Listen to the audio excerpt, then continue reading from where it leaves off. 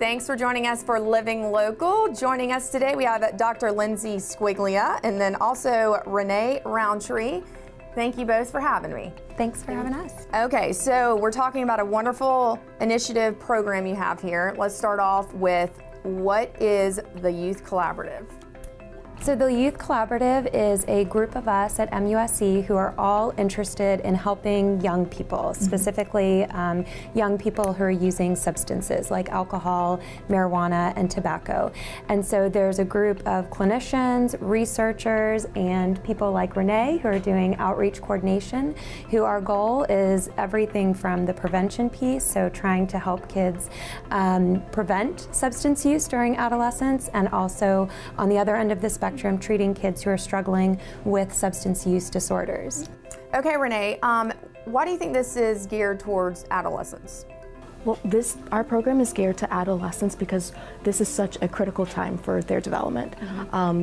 Children and adolescents don't complete development until they're around their mid-20s, age 25. And so the teens that we work with, we're able to see how their minds are dealing with substance use. Gotcha. All right, and I remember growing up the Just Say No program. You actually have another version of that as far as under the Youth Collaborative. Tell us about it. Yeah, so this is our Just Say No KNOW program. It's kind of a play on the program that both you and I have grew up with. So that program was based on a lot of fear tactics and telling kids abstinence is the only answer, don't use drugs.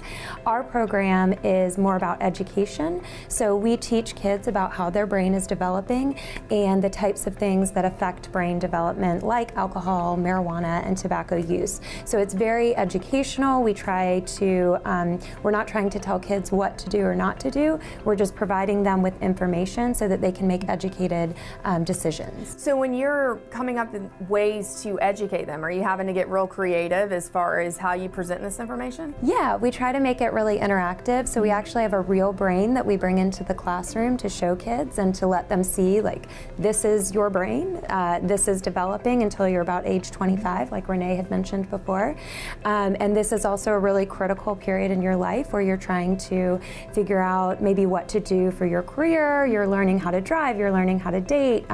There's all of these really important social, emotional, and cognitive, their brains and minds are developing so much during this time. So making healthy decisions is really important. Because I think a lot of times, I know growing up, you can't really see far into the future. It's kind of, in this moment, don't you think? So I think giving them the insight of the road ahead too is probably a very positive impact, right? Yeah. We hope to just provide as much information as possible to help kids make healthy decisions. And your role with the community outreach, what are some of the ways that you're reaching out? How are you getting these people in and helping them? Yes, so we develop partnerships with the school district. Right now we are partnering with close to 20 high schools in the local area. So we encourage those who are listening to reach out to their schools to make sure that the Youth Collaborative is involved in their school.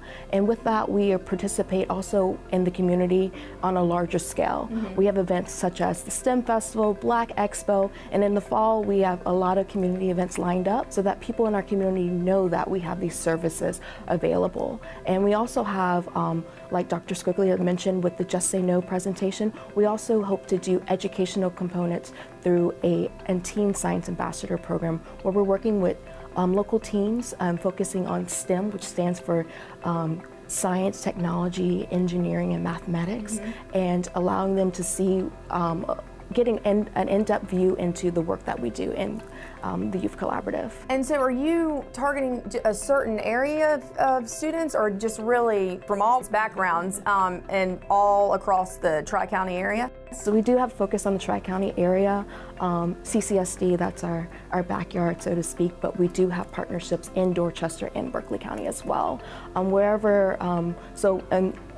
In addition to our involvement in the schools, we also partner with faith communities, community centers, nonprofits, whatever organizations that are working with teens and families so that we can get this information to them, because we offer resources. And let's be honest, it affects us all, right? Yes, it does. No one's immune to any of it. All right, before we go, tell us about some of the success stories. Yeah, so for the Just Say No program, we recently looked at a study where we had 1,600 kids who had attended the Just Say No presentation, and we found that the kids doubled their information, doubled their knowledge about substance use and how it affects the developing brain, and 90% of them said it would affect how they approach substance use in the future, and over 90% also said that it was worth their time. So we know that it's something that kids are engaged with, that they are really enjoying learning about, and it's been a really positive experience. Yep. And you're seeing that in the community as well, because you're out there, right, in the community doing these things. Yes, going back to the STEM Festival, that event gathered students as young as 5 up until, long-time learners. Yeah. And so even though our focus is on adolescents, you can always make a deposit in a child. And so getting them interested in clinical research, we have different interactive activities at our tables so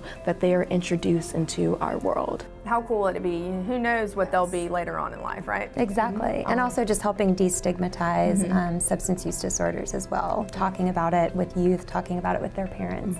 That's been one of our missions. This is the dialogue a lot of times, just getting it started is where it all begins, right? Yep. All right, well, thank you both again for having me. And for more information, you can either call at 843-792-9257, email at youth@musc.edu, or you can text youth to 44332. Thanks again, and more Living Local coming your way. Stay tuned. We'll be right back.